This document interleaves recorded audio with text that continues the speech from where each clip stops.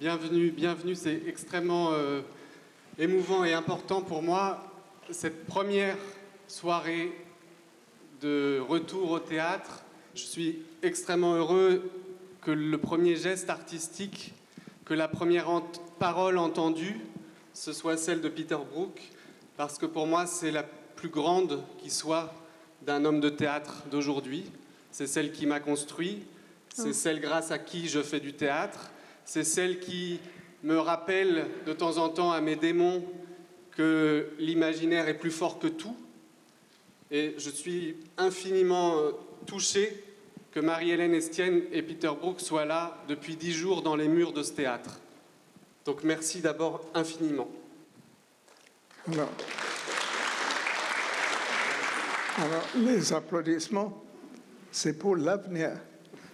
Non, ce que tu as lancé là touche tout le monde parce que nous sommes là ensemble pour le début d'une nouvelle aventure. Et pour ça, non seulement bonne chance, mais sommes tous le mieux possible derrière ça. Merci.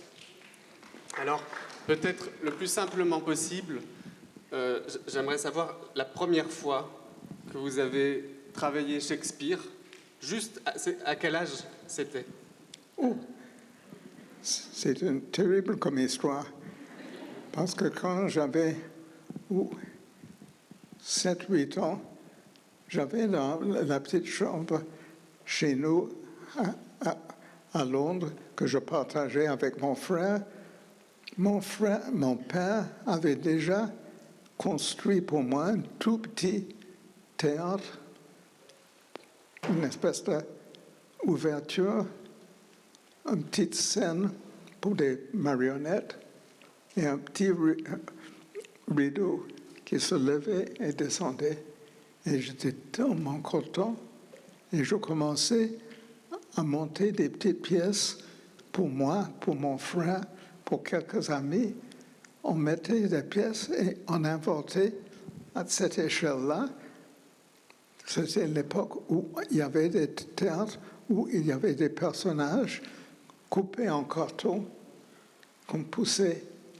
Et c'était la première expérience que j'ai eue du théâtre, était de voir dans une librairie à Londres une pièce qui s'appelait The Miller and His Men, où il y avait, en rêve d'eux, il y avait non seulement un petit moulin peint, mais ils avaient fait que les ailes tournaient.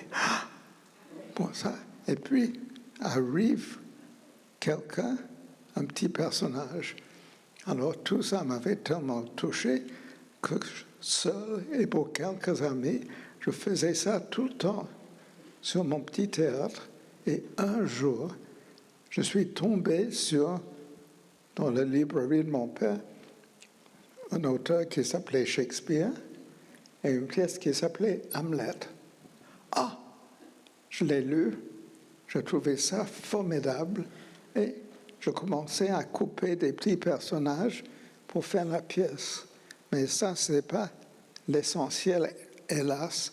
L'essentiel, et je dois l'avouer aujourd'hui, est que quand je faisais, j'ai dit à mes parents, qui étaient de très bons parents, je vais vous présenter à vous deux ce que j'ai fait. Alors ils sont venus s'installer, j'ai levé le tir. Et puis, avec quelques petits personnages en papier, j'avais le livre à la main et je lisais. Moi, un petit enfant qui lisait « to be or not to be ». Et mon pauvre parent, ça, maintenant, aujourd'hui, je souffre pour eux, mais quand même, c'était l'amour des parents qui sont restés où? J'ai lu toute la pièce, alors c'était au moins 3 heures. Ils sont restés là en disant, oh, mais on ne sait jamais. Ils avaient pris les grandes idées d'éducation de l'époque. Et il ne faut jamais, jamais frustrer les enfants parce qu'on ne sait jamais ce qu'ils vont devenir. Alors, dans l'espoir que ça allait amener quelque chose. Mes pauvres parents ont écouté tout Hamlet, et puis finalement,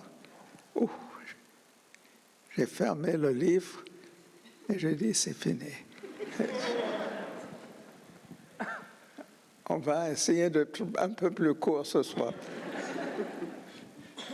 Et c'est pour ça que la concision et la concentration, depuis, fait partie du geste artistique? Absolument. Parfait. Est-ce que, comment toute une vie, on revient toujours à un auteur, à une œuvre, à un mystère? C'est très lié à ce que tu dis, le fait que c'est un mystère, un énigme. Il n'y a rien de plus vraiment dégoûtant que toutes ces tentatives d'établir qui était Shakespeare, qui était cet homme. Tout ce qu'on dit est que si on prend l'ensemble, 36 pièces, écrites par sûrement une seule personne, c'est une chose inimaginable. Et c'est là la grande énigme. Mais savoir qui il était détruit ça. C'est vraiment comme dans les grandes religions, on est devant un mystère, on ne peut rien faire, mais d'honorer ça en prenant n'importe quel bout de ces pièces et les travailler et retravailler le mieux possible, parce que la seule chose qu'on ne peut pas dire est « Ah, celui-là, il a trouvé la version définitive de cette pièce. » Là, c'est le tout début de cette rencontre de ces jeunes comédiens qui sont venus. Il y avait cette idée de tempête. Oui. C'est peut-être la seule chose qu'on sait de Shakespeare, c'est que c'est la dernière pièce. Oui. Et avec l'idée de monter une tempête dans quelques mois à Paris. Est-ce que à chaque fois c'est un laboratoire? Oui, ça c'est l'essentiel. Ce que nous faisons ce soir avec notre petit groupe d'acteurs, c'est on prend la tempête et on fait comme on fait nous-mêmes quand c'est un projet de monter une pièce dans quelques mois. Tout à fait au début, on réunit le petit groupe et on dit, on va explorer qu'est-ce que c'est cette pièce. Alors, jour après jour, on improvise ceci, cela, on change tous les rôles. Celui qui croit que c'est mon rôle, on donne ça à quelqu'un d'autre. On fait des pièces, parce qu'au théâtre de Shakespeare, bien sûr, c'était les garçons, les jeunes garçons qui jouaient les femmes. Il n'y avait pas, jusqu'au siècle après, il n'y avait jamais de femmes sur scène. Alors pour nous, c'est merveilleux de voir qu'un homme, et que vraiment, comme tout théâtre, c'est une histoire qu'on raconte et une évocation, on peut avoir une jeune femme qui joue un rôle de garçon, mais on peut avoir une grosse dame, et même dans l'histoire du théâtre, une vieille dame qui incarne pas Juliette, qui évoque Juliette d'une manière magnifique. J'ai eu la chance de regarder un tout petit peu, très discrètement, et je me suis aperçu à quel point la musique était le centre, l'écoute était le baromètre, le guide de tout. Et ce mot de résonance que vous utilisez. J'aime beaucoup les quelques mots qui restent qu'on ne peut pas trouver d'une manière satisfaisante dans les dictionnaires. Si on regarde résonance, il y a sûrement des explications du mot, mais on comprend le mot uniquement à travers son expérience.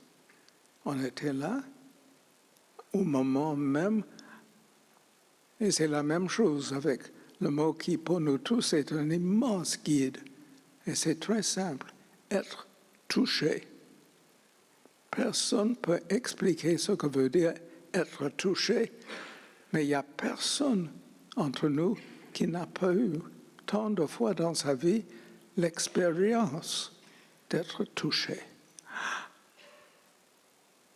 Il y a des mots qui parlent directement, ça évoque une expérience, on dit « ah oui ».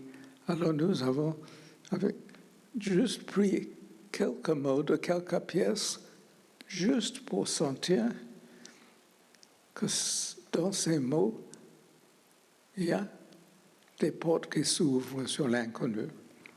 Alors donne-moi des exemples. Ah. There is a world elsewhere. Oui, there is a world. Ça, tout le monde peut comprendre, même si vous n'avez pas beaucoup d'anglais de comprendre. Il y a un monde, there is a world, c'est clair. Et le mot qui résonne là est un mot qui contient tant de niveaux elsewhere. Qu'est-ce que ça veut dire ailleurs? Mais si un acteur dit d'une manière banale « There's a world elsewhere », il passe à côté du fait que si il laisse résonner sans affectation d'une manière très simple « There is a world elsewhere », il faut juste ce petit milliseconde de pause. There is a world. Tout le monde vit. Qu'est-ce qu'il va dire? There is a world elsewhere. Faites attention. There is a world elsewhere. Et ça nous touche parce que nous laisse sur notre faim. Elsewhere. Il y a des choses au-delà de toute analyse, toute discussion. Et cette question continue avec la suite. Never, never, never, never, never. Ça, je peux témoigner. J'ai vu un acteur merveilleux qui, pendant toute une année, jouait ça chaque soir. Mais la situation est que c'est le roi lièvre à la fin qui tient dans ses bras sa fille, la fille qu'il adore et qui vient d'être pendue. Et on lui a donné le cadavre, c'est une chose horrible. Il rentre avec ça, et il se rend compte qu'on ne peut pas faire marche arrière. Il prie juste pour une seconde où il peut revivre et se reconnaît, où il peut s'expliquer, demander ses excuses, se pardonner pour tout ce qu'il lui a fait dans la pièce. Non. Mais chaque fois qu'il le jouait, vraiment des centaines de fois, ce n'était jamais deux fois la même, pas parce qu'il cherchait à dire « Ah, il ne faut pas que je me répète », mais parce qu'il était tellement dans l'action de la pièce que chaque soir, il a vécu l'histoire jusque-là. Et bien sûr, c'était jamais exactement le même. Et ça s'explique, le même mot, mais le rythme, subtilement, c'était never, never, never. Mais parfois, c'était never, never, never. Ou never, never, never. Never. Never. Never. Never. Never. Mais je ne veux pas qu'on reste sur une impression si triste. Et comme pour être fidèle à Shakespeare, il y a toujours de l'humour qui vient toujours dans les pièces. Au moment les plus durs, il y a toujours quelque chose qui fait rire. Et là, pour cette phrase qui me touche tellement, c'est inséparable pour moi de l'expérience que j'ai eue parce qu'on avait une cordière merveilleuse, mais c'était une très, très grande fille, assez large, et le pauvre acteur, Paul Scofield, devait rentrer en la portant. Alors il rentrait presque de la salle en portant ça et en allant vers le centre, de dos au public. Et on avait dit ensemble, oui, c'est beaucoup mieux d'être de dos et de la poser au milieu de la scène, la regarder et puis jouer ça. Il était d'accord. Mais ce qui se passait est qu'elle était si lourde que chaque fois qu'il rentrait dos au public, il pétait. Une immense pète. Voilà, comme ça. OK. C'est fini, non? Oui. Voilà. C'était bien fini. C'est bien fini sur un rire. OK.